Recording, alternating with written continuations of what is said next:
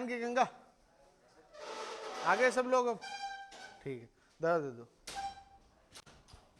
मानव रक्त परिसंचरण तंत्र, हमारे शरीर में कहीं पे भी चोट लगेगी, दिल की चोट को छोड़कर कहीं पे भी चोट लगेगी तो क्या निकलेगा? खून निकलेगा। तो हमारे शरीर में हर जगह रक्त का प्रवाह हो रहा है। इस रक्त के प्रवाह के अंदर कौन काम कर रहा है? तो एक मोटर है जो जीवन के प्रथम क्षण से लगाकर अंतिम क्षण तक लगातार धड़कती रहती है, धक धक धक, है ना। तो सवाल आ सकता है हृदय क्यों धड़कता है? तो रक्त की पंपिंग करने के लिए। भावना में नहीं बह जाना किसी के लिए धड़कता है धड़कता ही रहेगा, ये तो नहीं हो है, तो ये ऐसी भावनाओं मत बह जाना। तो हृदय जो है लगातार पंपिंग ऑफ ब्लड कर रहा है जीवन के प्रथम क्षण से लगाकर अंतिम क्षण तक। तेज दौड़ोगे, तेज भागोगे, टेंशन होगी, चिंताएं होगी तो तेज धड़कने लग जाएगा। नॉर्मल में आपके 72 बार धड़कता है। रिलैक्स मूड में रहोगे, आराम से सो रहे हो, नौकरी लग चुकी है, धड़कन क्या हो जाएगी? और टेंशन किस बात की, है ना। फिर पैसे ही पैसे, चारों तरफ कहीं हाथ डालोगे तो पैसे ही पैसे, तुम बोलो इन पैसों का मैं क्या करूं अब? तो वो कब हो सकता है? जब अभी थोड़ा सा परेशान आप होगे। तो इस चैप्टर को अपन को पढ़ना है। देखो ध्यान से बेटा, तो मानव तो अपन सब है ही है, तो इसके अंदर एक तो अपन को पढ़ना है रक्त। हमारे शरीर के अंदर रक्त बहता है जो कि एक तरल संयोज्य उत्तक है, सदैव आपके द्रव अवस्था में रहेगा।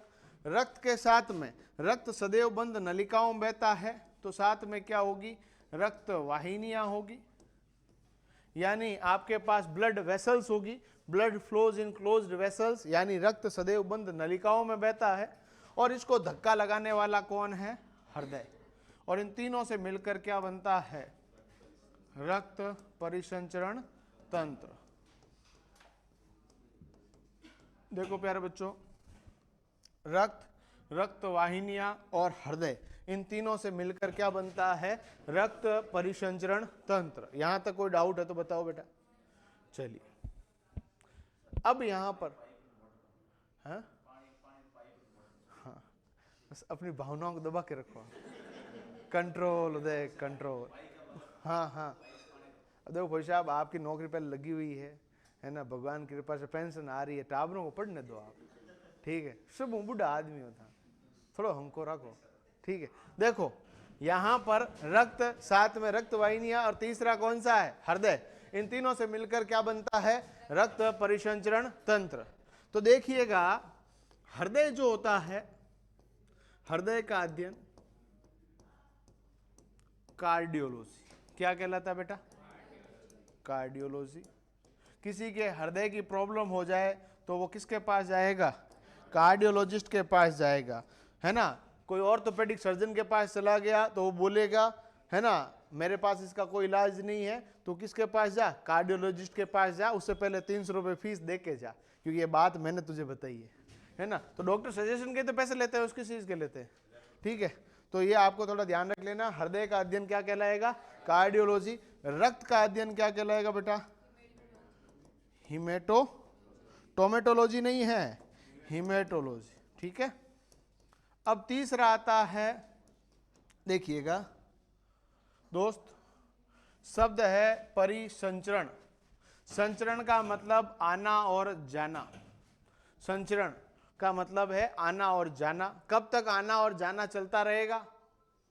जब तक, है ना, जब तक है जान तब तक ये होता रहेगा, आना और जाना। और ये लगातार चक्रीय अवस्था में चलता रहेगा।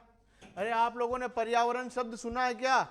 परिधन, आवरण, हमारे चारों तरफ का आवरण क्या कहलाता है? पर्यावरण। तो परिसंचरण का मतलब है आना और जाना लगातार एक चक्रीय अवस्था में होगा, तो उसे हम बोलेंगे परिसंचरण। शब्द साथ में है तंत्र।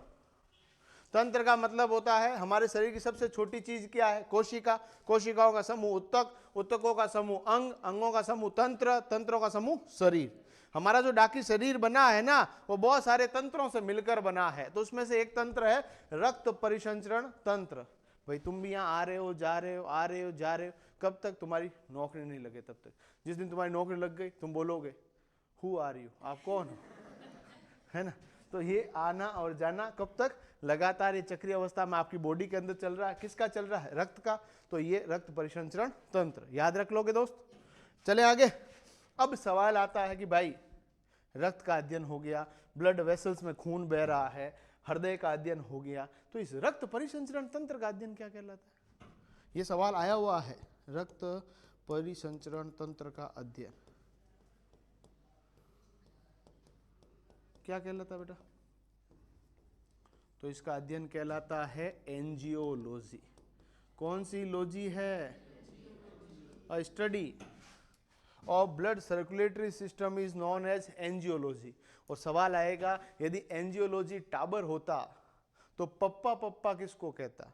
यानी एंजियोलॉजी के जनक कौन है? Who is father of angiology? Angiology के जनक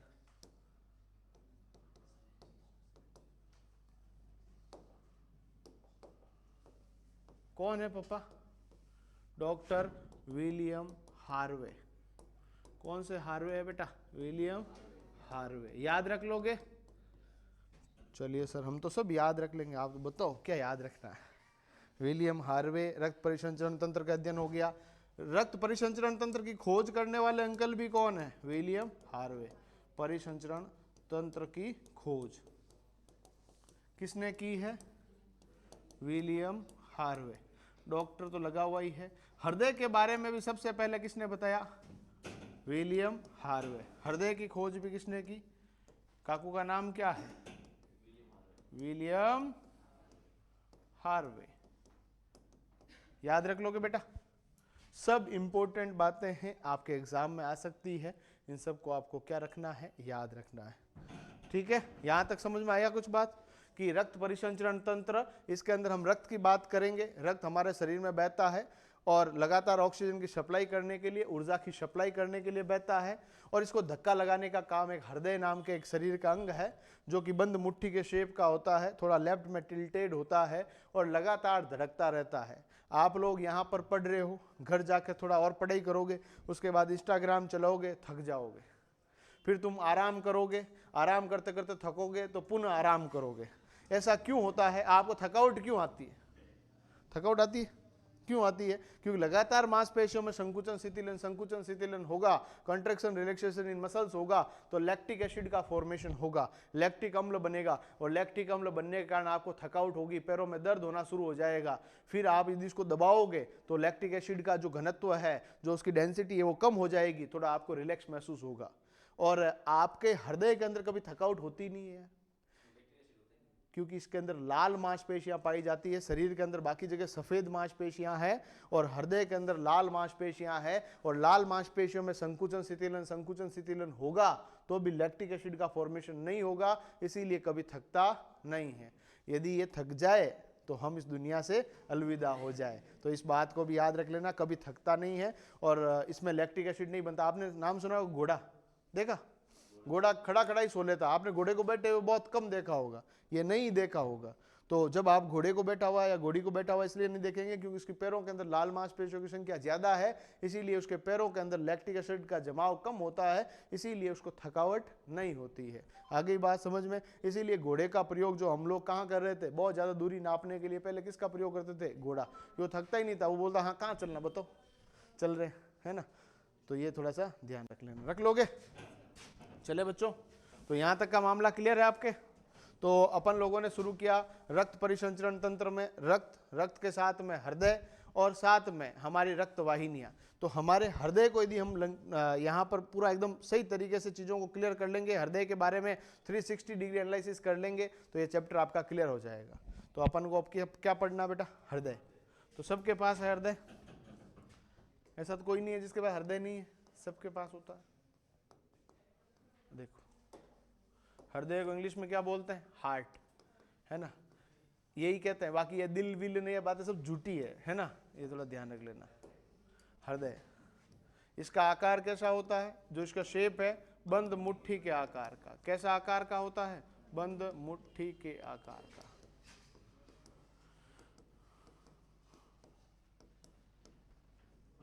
आकार हो गया।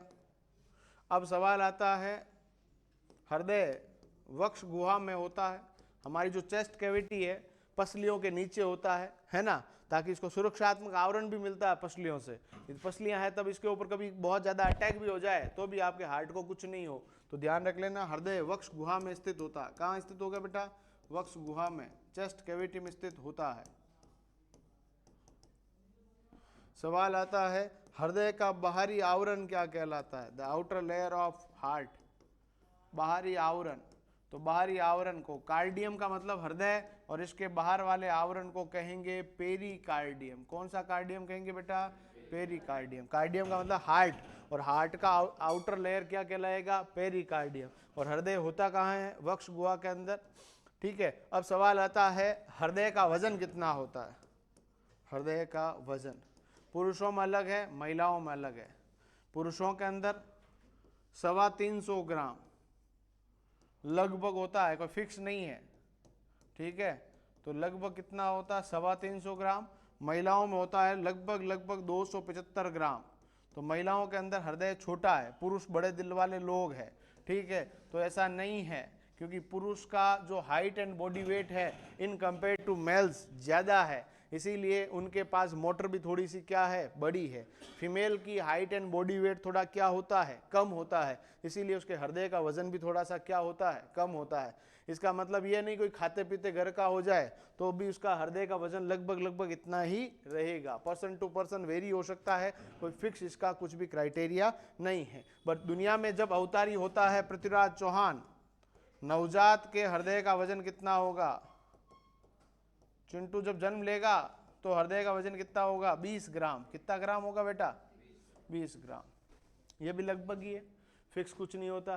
ठीक है, ये ध्यान रख लीजिएगा। तो हृदय के अंदर जो हमारी कोशिकाएं हैं, एक बार मृत हो जाए तो उनके वापस जीवित होने की अवस्थाएं बहुत कम रहती है, उनके चांसेस बहुत कम होते हैं। इसीलिए ध्यान रख लीजिएगा। कई बार अपन लोग सुनते हैं हार्ट अटैक आ गया, तो हार्ट अटैक के बाद मान लीजिए 20% सेल्स ऑफ हार्ट डैमेज हो गई है, तो उनके वापस पुनरुद्भवन के चांसेस बिल्कुल न के बराबर होते हैं, क्योंकि इन कोशिकाओं के मध्य तारक काई की अनुपस्थिति होती है। तो ये बात भी आपको ध्यान रख लेना है। हृदय जो है चेस्ट कैविटी के अंदर होता है। अब अपन का जो प्रश्न है हृदय के बारे में, वो बिल्कुल बेसिक क्वेश्चंस आते हैं, बहुत ज़्यादा अंदर तक सवाल नहीं आएंगे।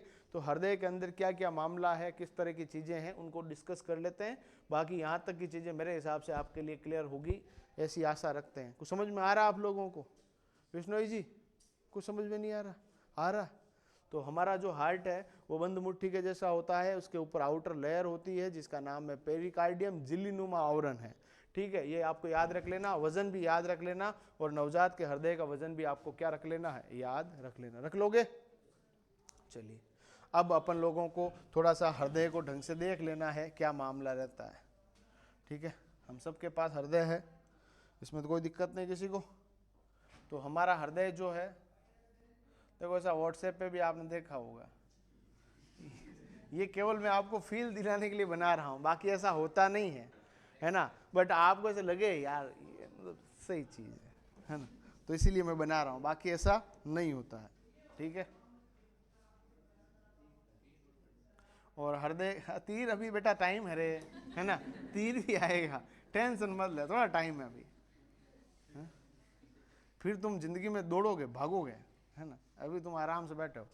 देखो, हृदय है, हृदय के बीच में एक मोटी दीवार होती है। ऐसी दीवार दो भाइयों के शादी के बाद खिंच जाती है, वैसी दीवार यहाँ पर भी है ना। तो ये दो हृदय के मध्य दीवार हो गई।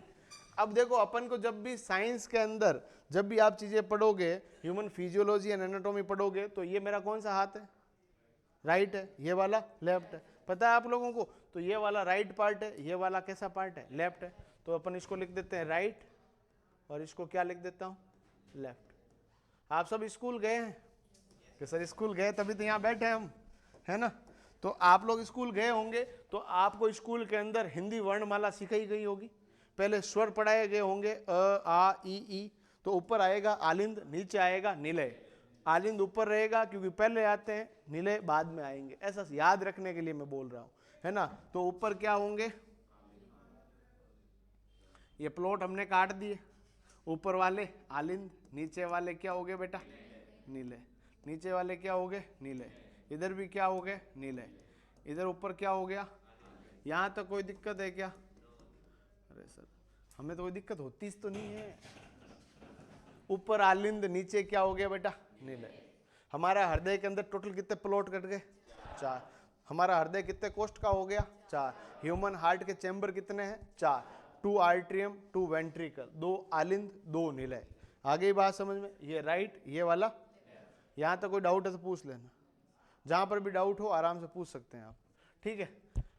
अब देखिएगा आलिंद और निलय, हमारा हृदय हो गया बंद मुट्ठी के आकार का है, ऊपर से चौड़ा नीचे से थोड़ा संकरा है, लगातार धक धक धक धक क्या होता है, धड़कता है। हृदय की धड़कन को लब डब लब डब लब डब कहा जाता है ना। ये भी सवाल कभी 2 बार आर्मी में पूछा हुआ है, हृदय की धड़कन को क्या कहा जाता है, लब डब, है ना। तो ये भी थोड़ा ध्यान रख लेना। अब हृदय धड़कता है, हृदय हमारी बॉडी के अंदर पूरी जगह क्या फेंकता है, खून को फेंकता है।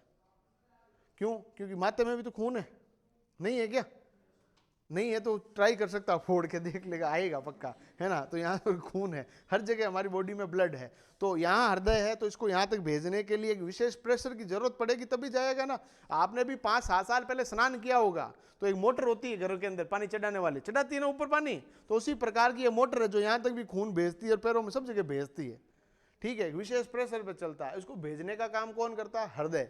आपकी बॉडी में हर जगह खून गया और जाने के बाद वापस जो आ रहा है, हमारी शिराएं वापस प्रेशर लगाती है, तब वापस वो गुरुत्वाकर्षण के विपरीत चल पाता है और हमारे हृदय तक पुनः आ पाता है। हम सांस ले रहे, सुन रहा है ना तू, सांस ले रहा हूं मैं, सांस लेते हैं ना, तो सांस जब लेते हैं तो सभी गैसें अंदर जा रही है, उसमें से ऑक्सीजन का एब्जॉर्प्शन होता है, ऑक्सीजन अवशोषित होती है, बाकी अन्य गैसों का क्या हो जाता है, त्याग। उस ऑक्सीजन को बॉडी के अंदर, ब्लड के अंदर मिक्स किया जाता है और मिक्स करने के बाद हार्ट उसको पूरी बॉडी के अंदर क्या करता है, पंप करता है, लगातार घुमाता है चक्री के जैसे। आगे बात समझ में? तो सभी कोशिकाओं को क्या रिक्वायर्ड है, ऑक्सीजन। सभी कोशिकाओं को रिक्वायर्ड है एनर्जी। उन सभी को ले जाने का कैरियर कौन है, ब्लड।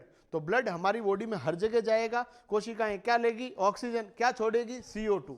CO2 वाला ब्लड वापस आएगा और किसके माध्यम से आएगा, शिराओं के माध्यम से। किसके माध्यम से आएगा बेटा, शिराओं के माध्यम से। क्या आएगा, जो आपके शरीर के अंदर जो शिराएं हैं, शिरा को इंग्लिश में बोलता है वेंस। वेंस के अंदर कैसा रक्त आएगा, अशुद्ध रक्त आएगा, CO2 युक्त रक्त आएगा, इम्प्योर ब्लड आएगा। अशुद्ध का मतलब यह नहीं कि गंगा जी के पानी का छिड़काव नहीं हो रखा है, अशुद्ध का मतलब क्या है, CO2 मिक्स है ना। अशुद्ध रक्त किसके माध्यम से आएगी, शिराओं। क्या आपने कभी शिरा देखी है कि नहीं सर, मैं आंखें बंद कर लो, शिरा में नहीं देखूं, दिखती है, देखो ये नीली नीली आपको दिख रही होगी, ये क्या है, शिरा।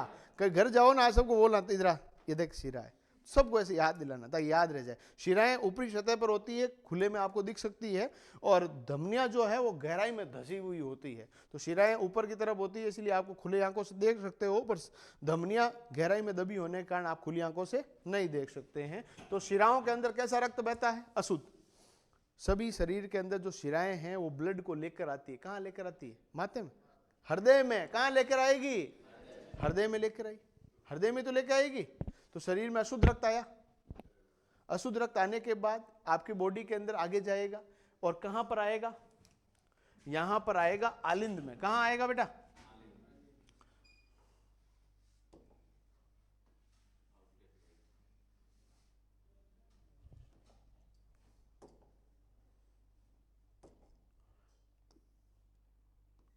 ये क्या आगे, महाशिरा। कौन सी शिरा आगे बेटा, महाशिरा को इंग्लिश में बोलते हैं वेना कोवा। क्या बोलते हैं, वेना कोवा। सभी शिराएं रक्त लेकर आती है, कहां पर लेकर आएगी, महाशिरा। देवों में सबसे बड़े देव महादेव, शिराओं में सबसे बड़ी शिरा, याद रख लोगे, ये भी प्रीवियस ईयर क्वेश्चन है कि सबसे बड़ी शिरा कौन सी है, महाशिरा। तो याद रख लेना, देवों में सबसे बड़े देव महादेव, शिराओं में सबसे बड़ी शिरा महाशिरा। तो यहां पर महाशिरा क्या रक्त लेके आएगी, अशुद्धि आएगी ना। यहां पर अशुद्ध है तो कोई यहां कोई कमाल थोड़ी हो रहा, यहां पर भी तो अशुद्धि है, कोई दिक्कत यहां तक। तो यहां पर कैसा रक्त आया, अशुद्ध रक्त आया, CO2 युक्त। ठीक है सर।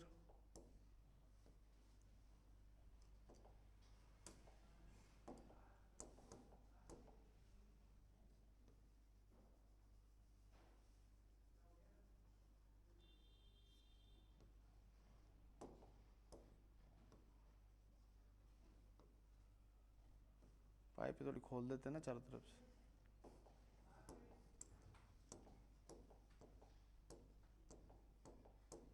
ठीक है, कैसा रक्त आया, अशुद्ध रक्त आया, CO2 युक्त रक्त आया। और यहां पर वाल्व पाए जाते हैं, कितने वाल्व है, 3 वाल्व। कितने वाल्व दिख रहे हैं आपको, 3 वाल्व। और 3 वाल्व का नाम क्या है सर, 3 वाल्व का नाम क्या है? तो इस वाल्व का नाम है त्रिवलनी कपाट। कैसा कपाट है बेटा? त्रिवलनी कपाट। इंग्लिश में बोलते हैं ट्राइकस्पिड। कौन सी कस्पिड है? देखो तुम मेरे साथ साथ में देखोगे ना तो समझ में आएगा, बाद में तुम बोलोगे ये तो सब मिक्स हो गया। इसीलिए कृपा करके साथ साथ में देखता रहना है ताकि आपको चीजें एकदम क्लियर हो जाए। हमारे शरीर के अंदर सभी कोशिकाओं को किसकी आवश्यकता है? ऑक्सीजन की आवश्यकता है। ऑक्सीजन लेने के बाद कोशिकाएं क्या करेगी? CO2। CO2 वाला रक्त आएगा, शिराओं में आएगा। शिराओं के अंदर कैसा रक्त बहता? अशुद्ध।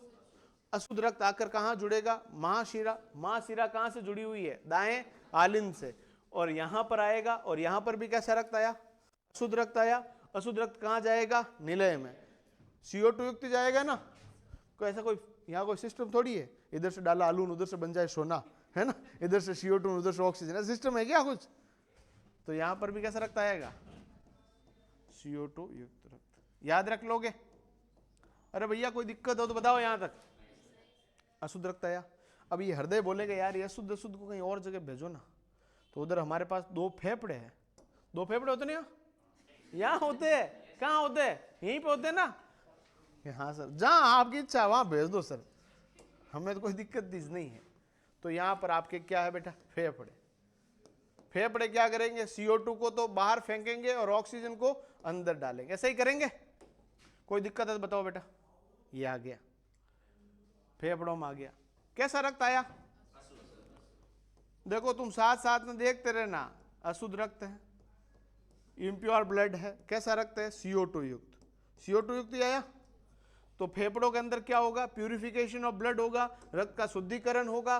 नाक द्वारा समस्त गैसों में से ऑक्सीजन को फेफड़ों के अंदर रक्त में मिला दिया जाएगा, रक्त को प्यूरिफाई किया जाएगा, रक्त में ऑक्सीजन को मिला दिया जाएगा और CO2 को लेकर बाहर फेंक दिया जाएगा।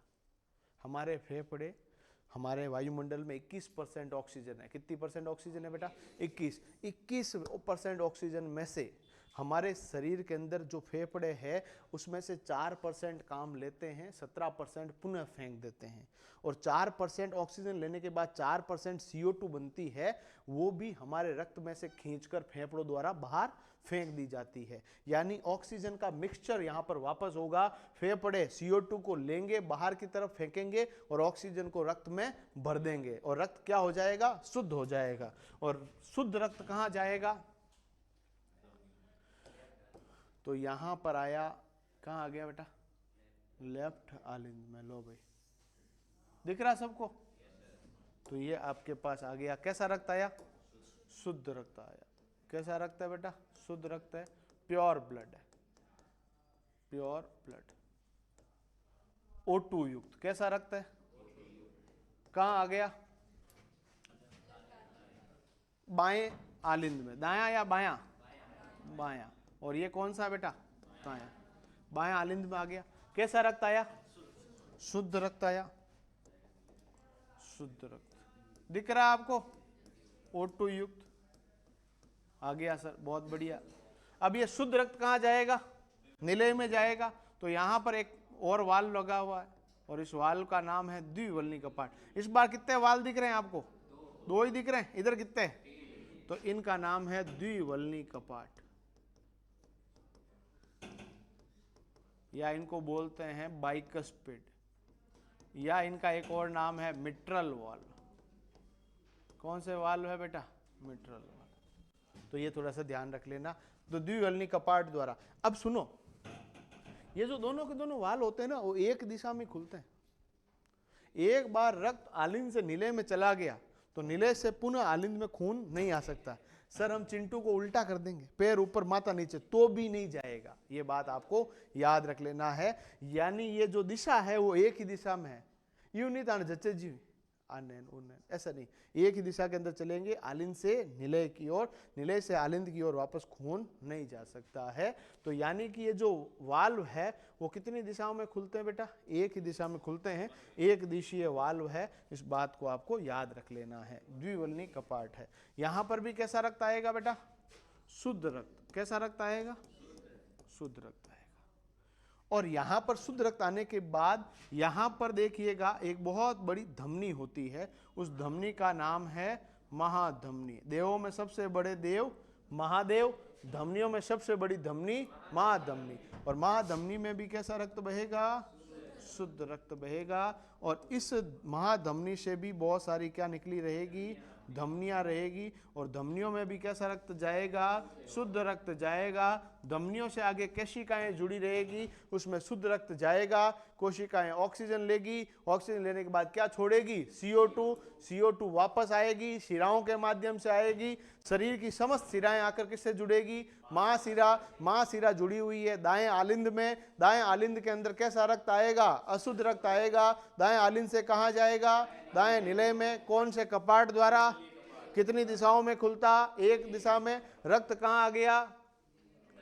दाएं निलय में। दाएं निलय से रक्त जाएगा फेफड़ों में, शुद्धिकरण होगा। शुद्धिकरण के बाद रक्त कैसा हो जाएगा? शुद्ध। शुद्ध रक्त वापस कहाँ आएगा? बाएं आलिंद में। कहाँ जाएगा? बाएं निलय में। कौन से कपाट द्वारा? द्विवल्नी कपाट द्वारा। रक्त आ गया कहाँ पर? महाधमनी, सबसे बड़ी धमनी महाधमनी। महाधमनियों से रक्त कहाँ जाएगा? धमनियों में। धमनियों के द्वारा कोशिकाओं में। कोशिकाएं ऑक्सीजन लेगी, क्या छोड़ेगी? CO2। CO2 वाला रक्त कहाँ आएगा? शिराओं में। शिराएं आकर किससे जुड़ेगी? महाशिरा। महाशिरा कहाँ से जुड़ी हुई है? दाएं आलिंद। दाएं आलिंद से कौन से कपाट द्वारा? कितनी बार खुलेगा? एक ही दिशा में खुलेगा। रक्त कहाँ गया? फेफड़ों में। शुद्ध होने के बाद शुद्ध रक्त कहाँ आया? है ना, लेफ्ट आलिंद में। लेफ्ट आलिंद से लेफ्ट निलय में। कौन से कपाट द्वारा?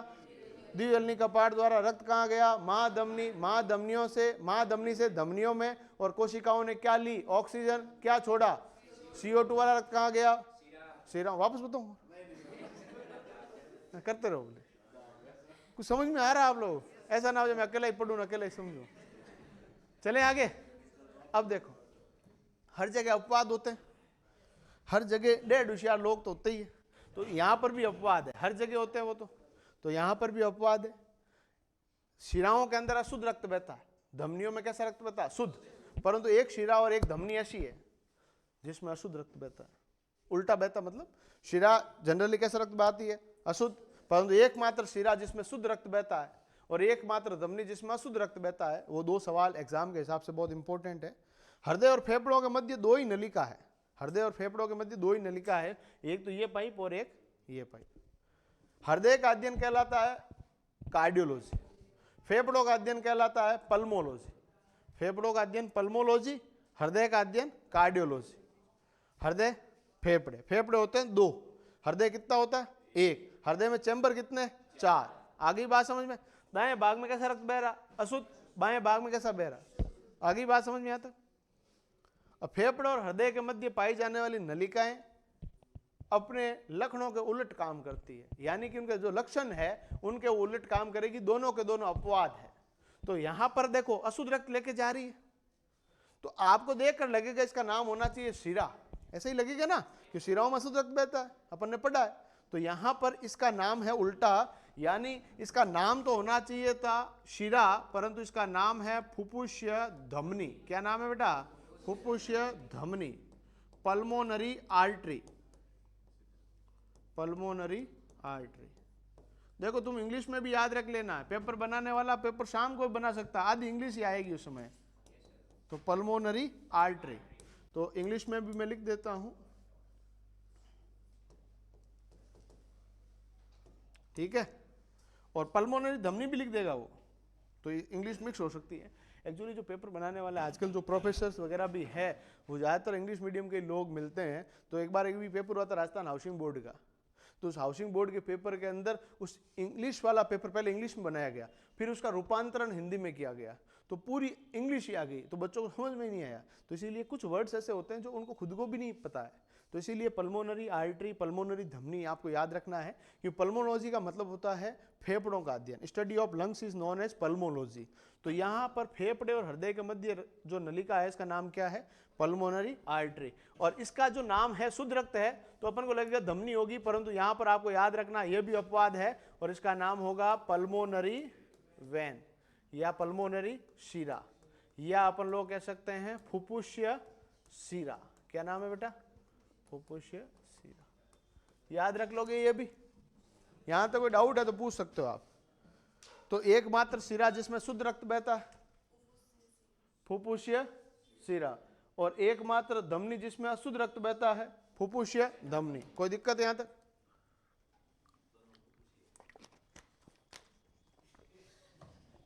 याद रख लेना है। चले आगे।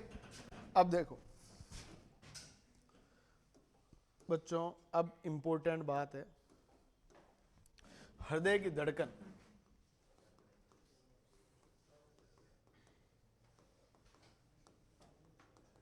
बहत्तर बार। कितनी बार है? और वो कितने मिनट में? 1 मिनट में। लगभग है, कोई फिक्स नहीं है। आप आज मान लो जाके चेक करा लो और आपकी धड़कन आ जाए 78 बार, 80 बार, 110 बार, तो इसका मतलब आप कोई बीमार नहीं हो। तो ये अप्रोक्स है 72 बार कह सकते हैं। ये 1 मिनट के अंदर। कितने मिनट में? 1 मिनट में। ये पुरुषों के अंदर कह लो, तो महिलाओं के अंदर थोड़ी धड़कन क्या होती है? तेज होती है, 78 बार। और जितना दिल छोटा होगा उतनी धड़कन क्या होगी? तेज होगी। ये ध्यान रख लेना, ठीक है। जैसे नवजात की हृदय धड़कन 120 से 140 बार होती है, भ्रूण की भी होती है, ठीक है, भ्रूण व नवजात, ये भी ध्यान रख लेना। जैसे बड़ा होगा हृदय बड़ा हो जाएगा, धड़कन क्या हो जाएगी? कम हो जाएगी। जब माँ के पेट में बच्चा जो भ्रूण है, फिटस है, वो रहता है, तब उसकी धड़कन ज़्यादा होती है। जैसे जैसे वो बड़ा होगा, बच्चा बड़ा होगा, हृदय धड़कन क्या होती जाएगी? कम होती जाएगी। तो ये थोड़ा सा ध्यान रख लेना। जैसे हाथी का हृदय बहुत बड़ा, तो उसकी धड़कन केवल 30 बार है। ब्लू व्हेल नाम सुना होगा, इस पृथ्वी के ऊपर पाया जाने वाला सबसे बड़ा स्तनधारी ब्लू व्हेल, जो पानी के अंदर रहती है मछली के रूप में, और स्तनधारी है, और उसका हृदय पूरी पृथ्वी पर पाए जाने वाले सभी सजीवों में सबसे बड़ा है। तो उसकी धड़कन केवल 25 बार ही है। पर ये कुछ सवाल आपके एग्जाम में नहीं आते, तो थोड़ा सा याद रख लेना, हृदय की धड़कन कितनी कितनी बार है, याद रख लोगे। चलें आगे। यहाँ तो कोई डाउट है? बताओ। अब हृदय की धड़कन मापेंगे किससे? कि सुन रहा है ना तू, धड़क रहा हूं मैं। तो यहाँ पर वो डॉक्टर होता ना, अपने दिमाग में डॉक्टर आते क्या होता है? एक सफेद एप्रिन पहना हुआ आदमी है, गले के अंदर एक सांकल डाल रखी है। सांकल नहीं है, वो स्टेथोस्कोप है। वो हृदय की धड़कन को सुनता है, उससे मापता नहीं है। सुनने के लिए कौन सी काम में लेता है? स्टेथोस्कोप। यहाँ लगा के सुनेगा और बोलेगा खांसी करो, ऐसे करो, और वो सुन के उसको आइडिया हो जाएगा सही चल रहा है कि नहीं चल रहा है। उसको कुछ भी गड़बड़ लगेगी तो बोलेगा हृदय की धड़कन चेक करा के आओ। तो फिर एक जांच होती है, ईसीजी नाम सुना होगा, इलेक्ट्रोकार्डियोग्राफी, फिल्मों में भी देखा होगा। राहुल एकदम से बहुत भयंकर एक्सीडेंट हो गया तो अंजलि आती है, अंजलि उसको हॉस्पिटल लेके जाती है, और वहाँ पर एक वो स्क्रीन लगी होती है वेंटिलेटर के पास में, जिसमें हृदय धड़कन ऊपर नीचे चलती रहती है, और थोड़ी देर बाद में ऐसे सीधी हो जाती है।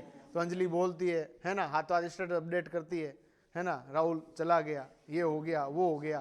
तो वो आपके पास हृदय धड़कन का ग्राफिकल रिप्रेजेंटेशन, तो ईसीजी है, इलेक्ट्रोकार्डियोग्राफी। याद रख लोगे? कोई दिक्कत है तो बताओ। यहाँ तक कोई दिक्कत है आप लोगों को? चलें आगे।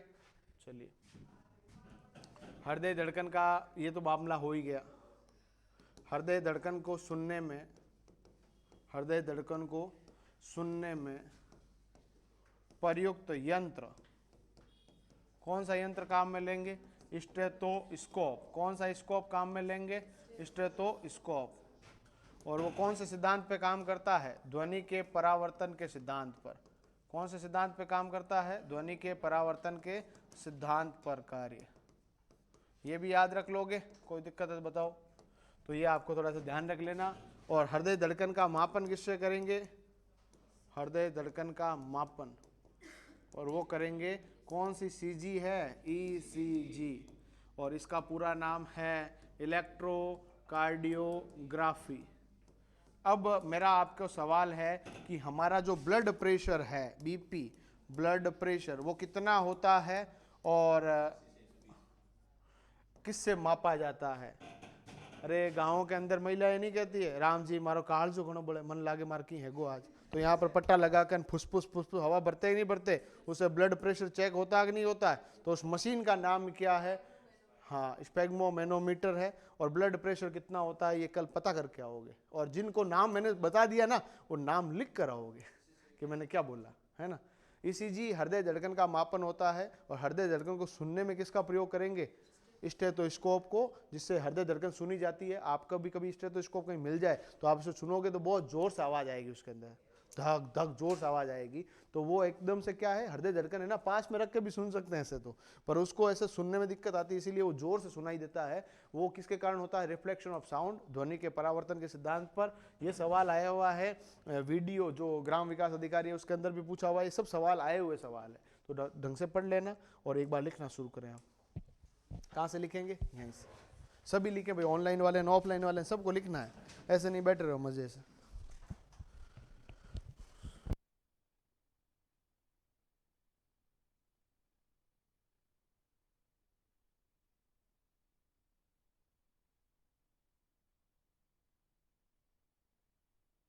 एक बच्चा पूछ रहा है रात को नीम ऑक्सीजन देता है क्या? रात को केवल पीपल के अलावा सभी क्या देते हैं? CO2 देते हैं।